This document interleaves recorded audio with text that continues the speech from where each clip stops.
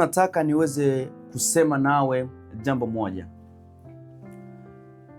Mbinu ambazo au njia ambazo au tabia ambayo kila aliyeokoka anastahili afanye kila siku ili aweze kuwa kiroho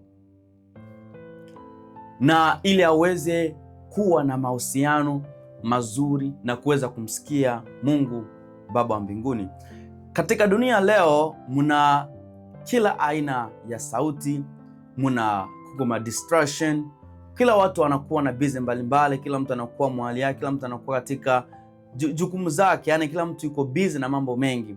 Lakini ni vigumu sana kuweza kusikia Mungu, ni vigumu sana kuweza kutambua kile ambacho Mungu anataka ndani ya maisha yako kama hauna tabia ambayo wewe Mkristo utakaye kujitengenezea ili uweze kuwa viwango na ili uweze kuwa Mkristo ambaye shetani hawezi hata kukutikisa. Unaweza ukajaribiwa, ndio, unaweza ukapitia majaribu, lakini unaweza kumaintain au unaweza kubaki kustahimili katika changamoto ya aina mbalimbali ambayo shetani anaweza akakujaribu kwayo.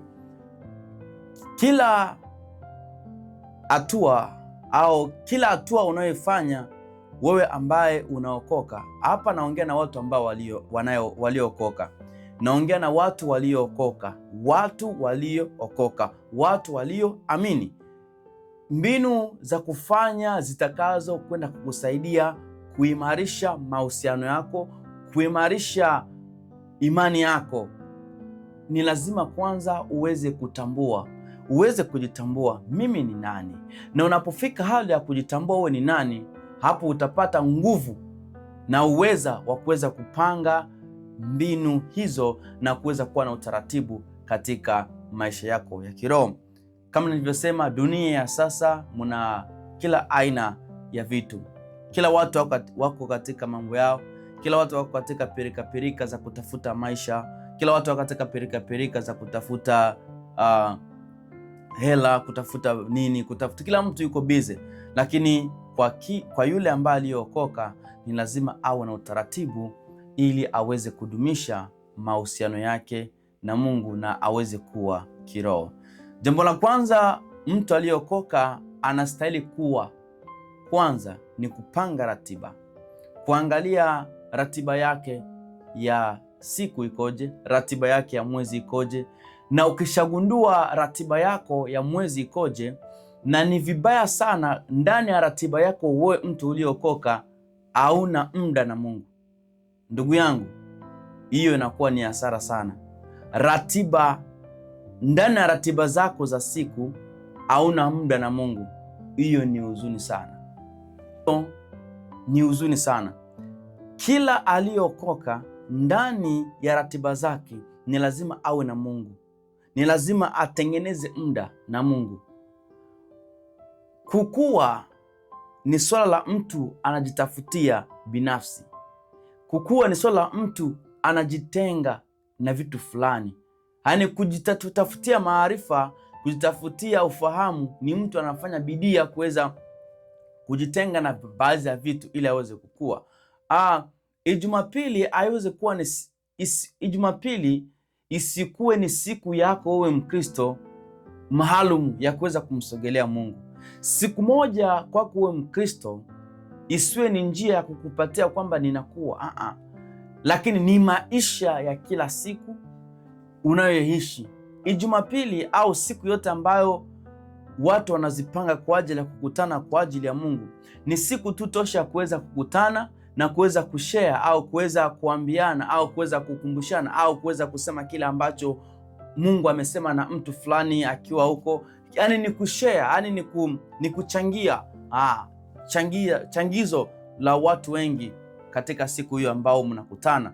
Lakini ili uweze kukua na uweze kuwa na mahusiano mazuri na Mungu, ni lazima uwe mtu ambaye una ratiba zako binafsi na Mungu.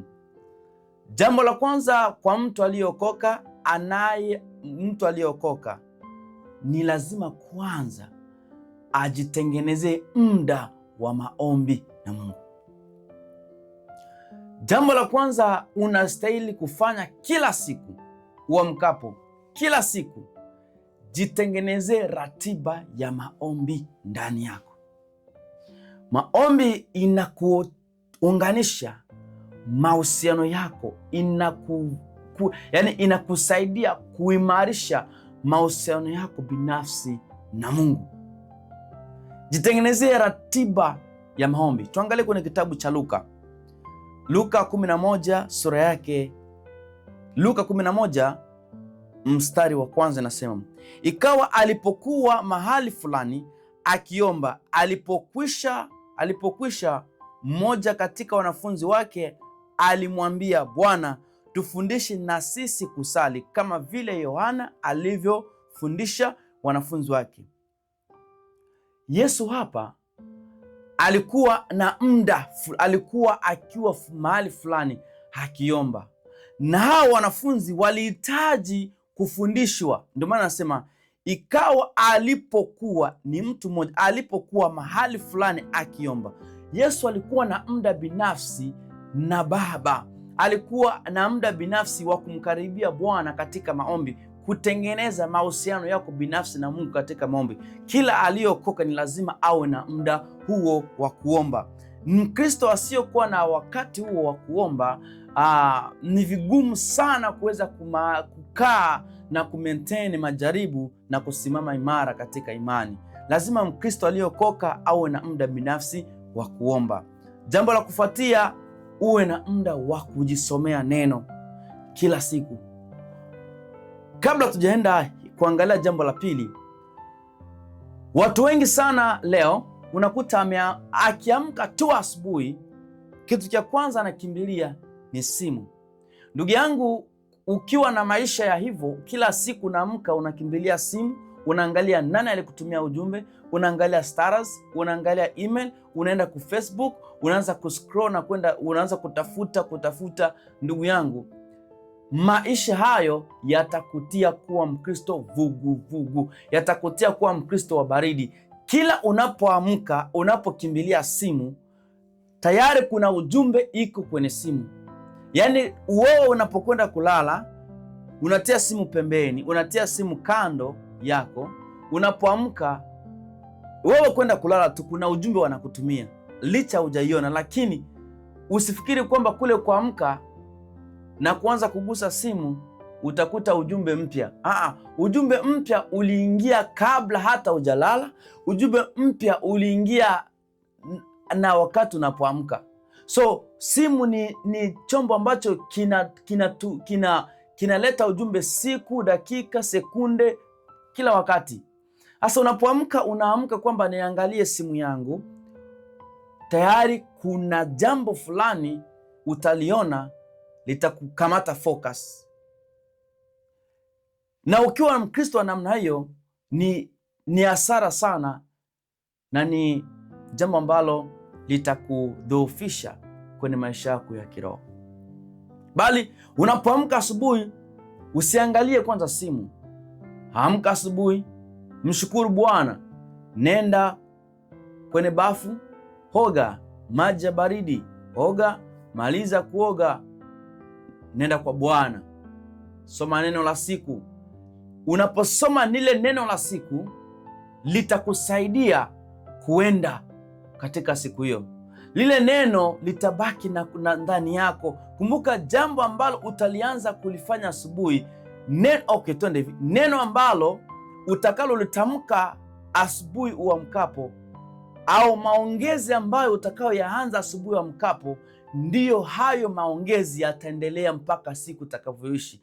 Ndiyo hiyo neno itaendelea mpaka siku utakavyoisha.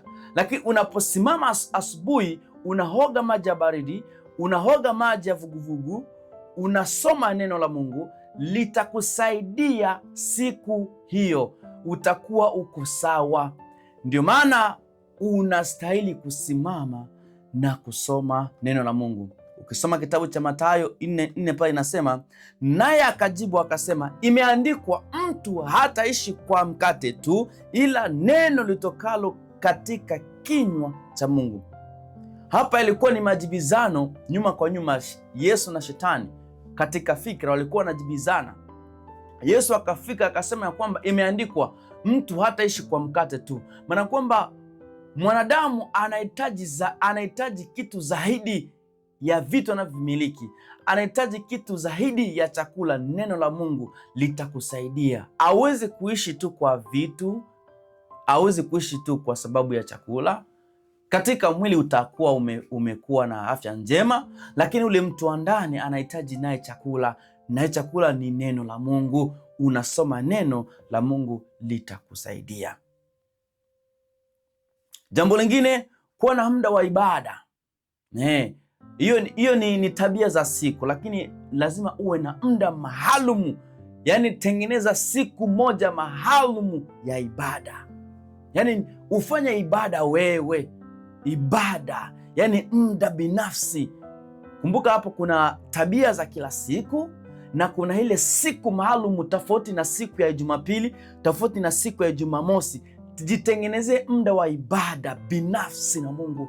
Katika siku 7, chagua siku moja kwanza wewe binafsi. Ni siku ambayo tu utakaa na Bwana, utakaa imani mwa Bwana. Yaani unakaa, unajifunza neno, unasoma neno, unajifunza, unaomba.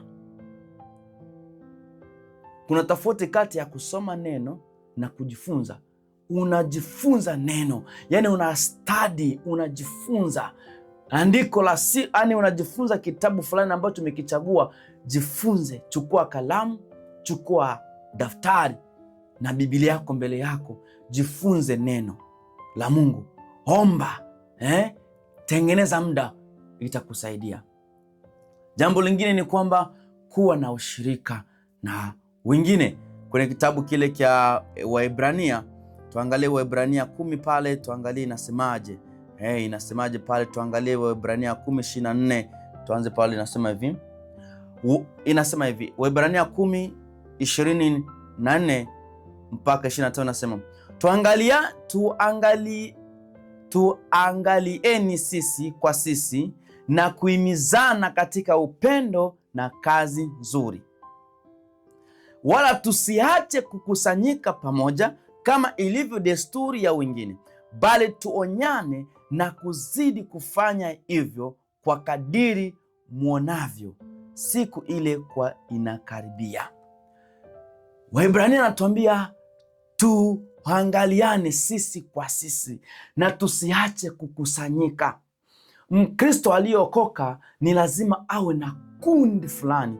Hii ni kundi tofauti, ambayo ni tofauti na Jumapili, tofauti na siku ya Jumamosi.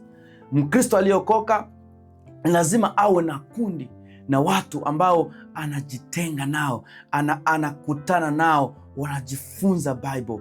Kila mtu anashare kitu ambacho alijifunza. Yaani tunafundishana, tunaelimishana, tunakumbushana maneno ya Mungu.